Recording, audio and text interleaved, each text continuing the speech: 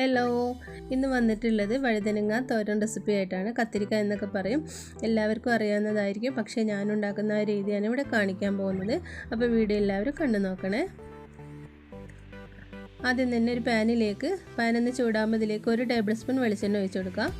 ഇനി ഇതിലേക്ക് 1/4 ടീസ്പൂൺ കടുകും കൂടി ഇട്ട് കൊടുക്കാം. വെളിച്ചെണ്ണ ഒന്ന് ചൂടായി വരുമ്പോൾ പിന്നെ ഇതിലേക്ക് കുറച്ച് ചെറിയ ഉള്ളി എടുത്തിട്ടുണ്ട് ഞാൻ. അത് ചെറുതായി കട്ട് ചെയ്തതും ഒരു 4-5 വെളുത്തുള്ളിയും കൂടി ചേർത്ത് കൊടുക്കുന്നുണ്ട്.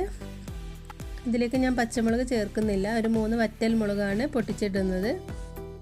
വറ്റൽ മുളക് ചേർക്കുമ്പോൾ നല്ലൊരു ടേസ്റ്റാണ്. എല്ലാം കൂടി നന്നായിട്ടൊന്ന് മൂത്ത് വരുന്ന സമയത്ത് ഇതിലേക്ക് കറിവേപ്പിലയും കൂടി ചേർത്ത് കൊടുക്കാം. വീണ്ടും നന്നായിട്ടൊന്ന് ഇളക്കി കൊടുക്കാം. ഇതൊക്കെ ഒന്ന് മൂത്ത് വരുമ്പോൾ ഇതിലേക്ക് ഒരു 3 വഴുതനങ്ങ ഞാനിവിടെ എടുത്തിട്ടുണ്ടായിരുന്നു. അത് ഇതുപോലെ നീളത്തിൽ ചെറുതായിട്ട് നൈസാക്കിയിട്ട് കട്ട് ചെയ്ത് വെച്ചതാണ്. ഇതിലേക്ക് ചേർത്ത് കൊടുക്കാം. നിങ്ങൾക്ക് ഏത് രീതിയിൽ വേണമെങ്കിലും കട്ട് ചെയ്തെടുക്കാവുന്നതാണ്. പെട്ടെന്ന് തന്നെ ഉണ്ടാക്കാൻ പറ്റിയിട്ടുള്ള ഒരു തോരൻ റെസിപ്പിയാണ്. നല്ല ടേസ്റ്റിയാണ് ഇങ്ങനെ നമ്മൾ വഴുതനങ്ങ ഉണ്ടാക്കി നോക്കിയാൽ.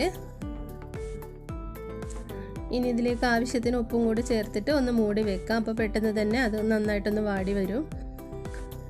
ഒരു 10 മിനിറ്റ് മതി നമുക്കിത് റെഡിയാക്കി എടുക്കാനായിട്ട്. പെട്ടെന്ന് തന്നെ കുക്കാവുന്ന ഒരു സാധനമാണ് കേട്ടോ കത്തിരിക്ക. ഒന്ന് മൂടി വെക്കാം നമുക്ക് ഇനി. എന്നിട്ട് ജസ്റ്റ് ഒരു സെക്കൻഡ് കഴിഞ്ഞതിന് ശേഷം നമുക്ക് ഇതിലേക്ക് കുറച്ച് തേങ്ങയും കൂടി ചേർത്ത് കൊടുക്കണം. അപ്പോൾ നമ്മുടെ ഒരു കൈപ്പിടി തേങ്ങയാണ് ഞാൻ എടുത്തിട്ടുള്ളത്. അതിലേക്ക് കുറച്ച് മഞ്ഞൾപ്പൊടി ഇട്ടിട്ട് ഇതുപോലെ കൈകൊണ്ട് നന്നായിട്ടൊന്ന് തിരുമ്മി പിടിപ്പിച്ചിട്ട് നമ്മളിതിലേക്ക് ചേർത്ത് കൊടുക്കുകയാണ്. മിക്സിയുടെ ജാറിലിട്ടിട്ടൊന്നും അരച്ചെടുക്കേണ്ട ആവശ്യമൊന്നുമില്ല. ഒരു ഇത്തിരി തേങ്ങ മതി. അത് ഇതിലേക്ക് ചേർത്ത് കൊടുത്തിട്ട് നന്നായിട്ടൊന്ന് ഇളക്കി കൊടുക്കാം. തേങ്ങ ഇങ്ങനെ ചേർക്കുമ്പോൾ നമ്മുടെ വഴുതനങ്ങ ഈ ഒരു തോരൻ റെസിപ്പിയിലേക്ക് ഇങ്ങനെ ചേർത്ത് കൊടുക്കുമ്പോൾ നല്ല ടേസ്റ്റാണ്. നിങ്ങൾ എന്തായാലും ഒന്ന് ട്രൈ ചെയ്ത് നോക്കുക.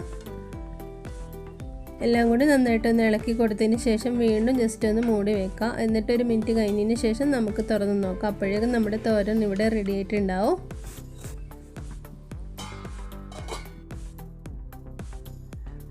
അപ്പോൾ ഏകദേശം ഇവിടെ ആയിട്ടുണ്ട്.